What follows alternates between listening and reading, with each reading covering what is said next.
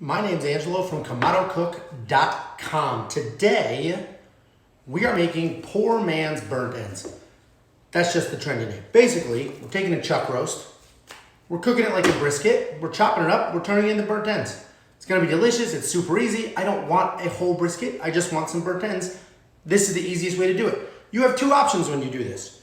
You can cook it the way we are going to, which is whole, then you cube it up, then you do the normal burnt end process. Or you can do it like pork belly burnt ends, where you cube it up, then you season it, then you cook it. I like it this way better. The other way, cubing it up ahead of time, putting it on a rack, that's just a lot of extra work, and honestly, at the end of the day, it tastes pretty much the same. So, couple easy steps here. First thing we're gonna do is get these seasoned up. These are two different 3-pound chuck roasts. It's a pretty inexpensive cut of meat. And you can find it anywhere. I got these at Walmart, super easy. They were already like this, no bone, perfect thickness, ready to go. We're gonna season them. We're gonna put them on the Kamado at 250 degrees. We're gonna let it go till it hits 165. Then we're gonna wrap it, let it go till it hits 195. Then we're gonna cut it up, put it in the bin. The normal brisket process, except it's not a full brisket. So let's go ahead and get these seasoned up.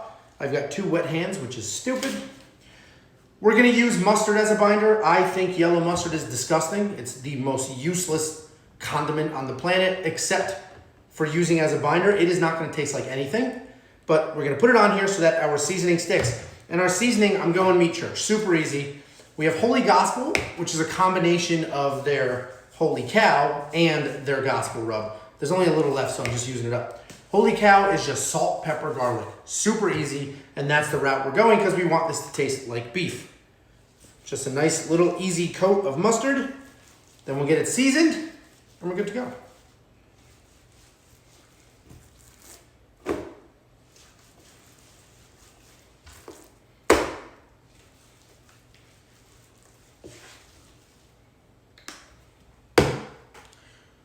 When we season this, we want to season the absolute hell out of it.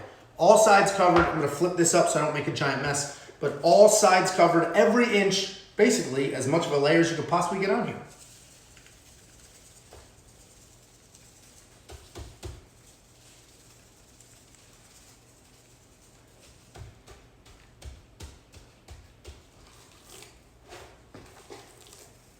And we wanna make sure that we're getting the sides, literally every inch of this meat.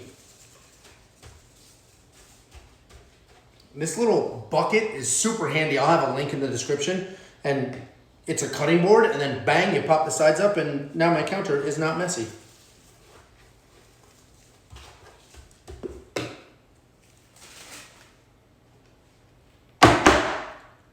You can see how covered these are. Every inch of this is absolutely covered in seasoning. Actually, now I look like an idiot because the ends aren't covered, but I will cover them. So we're just gonna let this sit. I'm gonna let this soak in, let the seasoning do what it does for about half hour, 45 minutes. Then we'll go ahead and put it on the grill. So for now, I'm just gonna let it sit, and next time you see me, we will be at the grill. All right, I've got my fire lit here. You see I have 3 fire starters. I like to use the tumbleweeds. I feel like they burn the cleanest, there's no residue, and they last pretty long. Either way, I have a full fire basket here. This is probably way more than I need, but this cook may take 5 hours. It may take 6, and I just want to make sure I'm prepared. I like to do 3. So we're going to be cooking about 250, but I want an even fire. I don't want a fire just over here, just over here. So I do 3. I spread it out evenly so that all my charcoal gets lit. Once this is, I see the temperature climbing. Once it hits about 200, 225 is when I'll dial it in and turn it down. But for now, we're going to let this get lit, get all of that gross white smoke out of here. Then we'll add some wood. Once we add our wood, we will put in our deflectors and then our grates. Let those get nice and warm, and then we'll go ahead and put our meat on. So we'll be back here. This whole process takes about 20-something minutes to get this going, then the wood, the heat deflectors, etc. So we'll be back in about 20 minutes or so.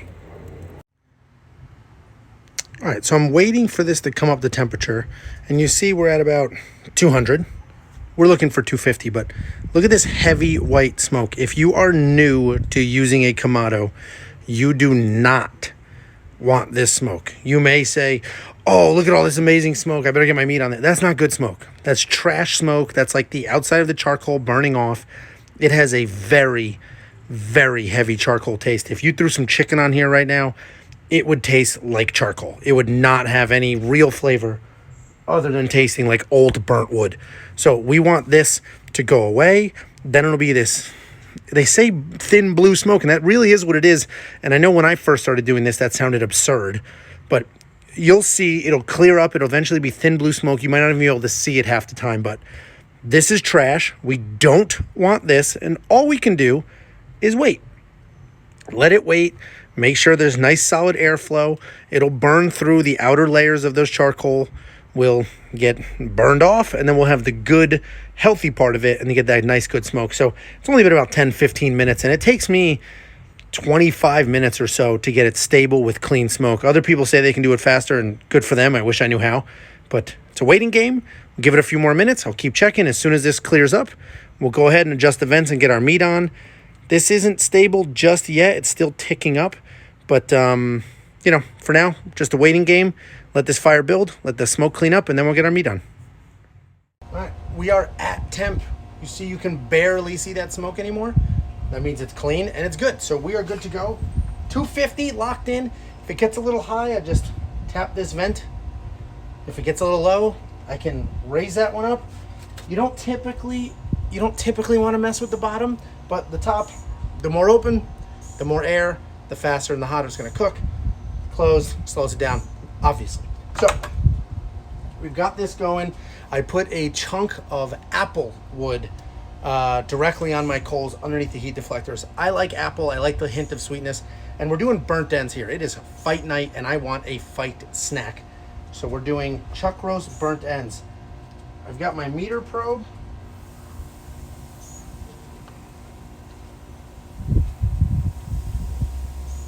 So we just laid them on here. You see I have my meter probe. I have set that in my phone. Let's close this. I've set that in my phone to alert me when it hits 165 degrees internal temperature. As soon as it does, we're gonna wrap it in foil. You can wrap it in butcher paper, but I like foil in this case because chuck is not the best cut of meat. We want it to be super tender, fall apart, those nice, beautiful, soft bites.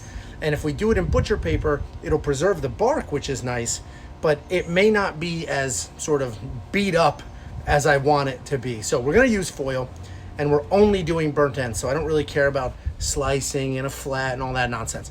It's just burnt ends. So 165 internal, we'll take it off, we will wrap it, we'll throw some butter in there, put it back on till 195, then we cube the hell out of it, put it in a tray, add all sorts of deliciousness, and put it back on to get them nice and gooey. We'll be back. It's going to be a while, but we'll check on this in a little bit, monitor the meter probe in the app, and check the description for all the links of everything I'm using here. It's been about 45 minutes. We are at a stable 250. I mean, on the nose. This is the most proud I've ever been of a fire, honestly. So we're just going to check. They look good. They don't look much different. It's only been 45 minutes. But I am going to spray them. I have apple juice and some apple cider vinegar in here. Just a quick spritz, nothing crazy. And I do have my meter probe in here, but I always like to just check with an instant read to make sure.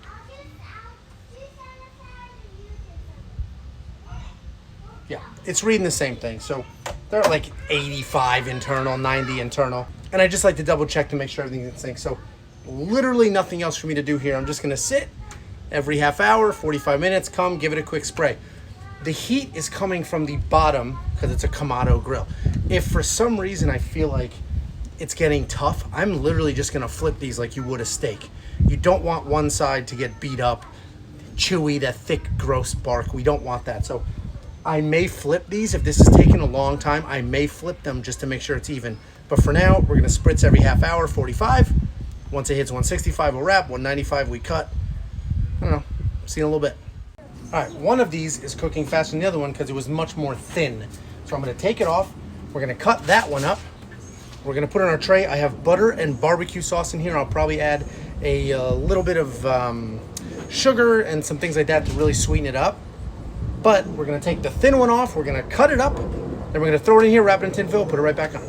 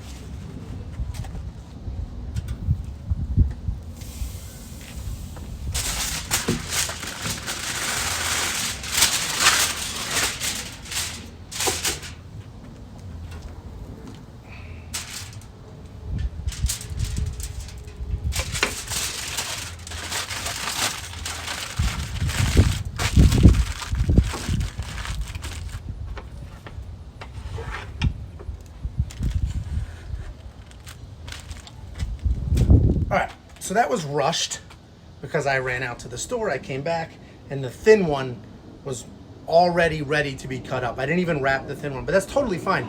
You only wrap these to sort of speed up the process and prevent them from really drying out. Luckily we were spritzing and that one's gonna be good. The other one I did wrap. So you saw it's very easy. I wrapped in some tin foil, I put a little bit of butter in there, and then I put the probe back in, I put it right back on. We're gonna wait till that one hits 195, then we're gonna take it out and we're gonna do the exact same thing we just did. We're gonna cut it up into cubes, put it in a foil tray, then we're gonna put some butter, some sugar, some barbecue sauce, some little more of that seasoning. We'll mix it up really well and we'll put it right back on the smoker. At that point, it's technically cooked. You could eat it. But putting it back in that foil tray with the barbecue sauce and all the other stuff is really gonna make it tender because it's gonna steam a little bit. It'll loosen up, it'll get nice and tender. And that's probably, we'll leave it on here for, after it goes into the tray, about an hour and 20. We'll come back, we'll test, we'll squeeze, we'll poke. As long as it's moist and you can just push it around with your fingers, then we're done. So I'd say it took about 2.5 to 3 hours to get to the 165 mark, then the wrap, then the cut up. I told you that one was thin. It was almost like the thickness of a ribeye.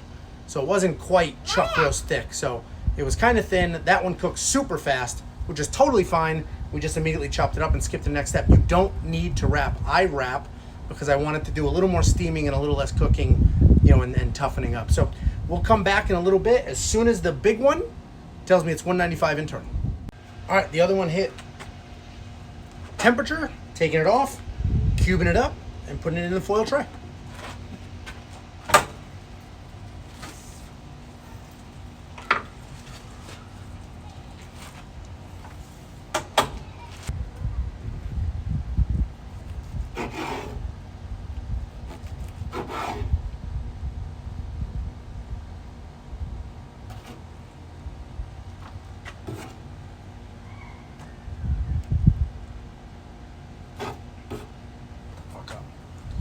All right, so we've got our meat in here. We've got it with the butter and the barbecue sauce. We're mixing it up. We're just gonna put foil and put it back on.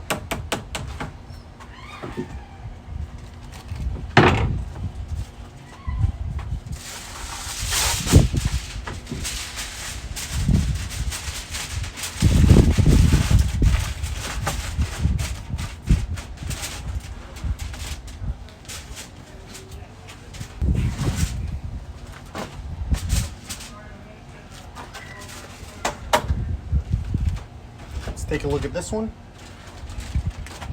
Oh, that's exactly how it's supposed to look.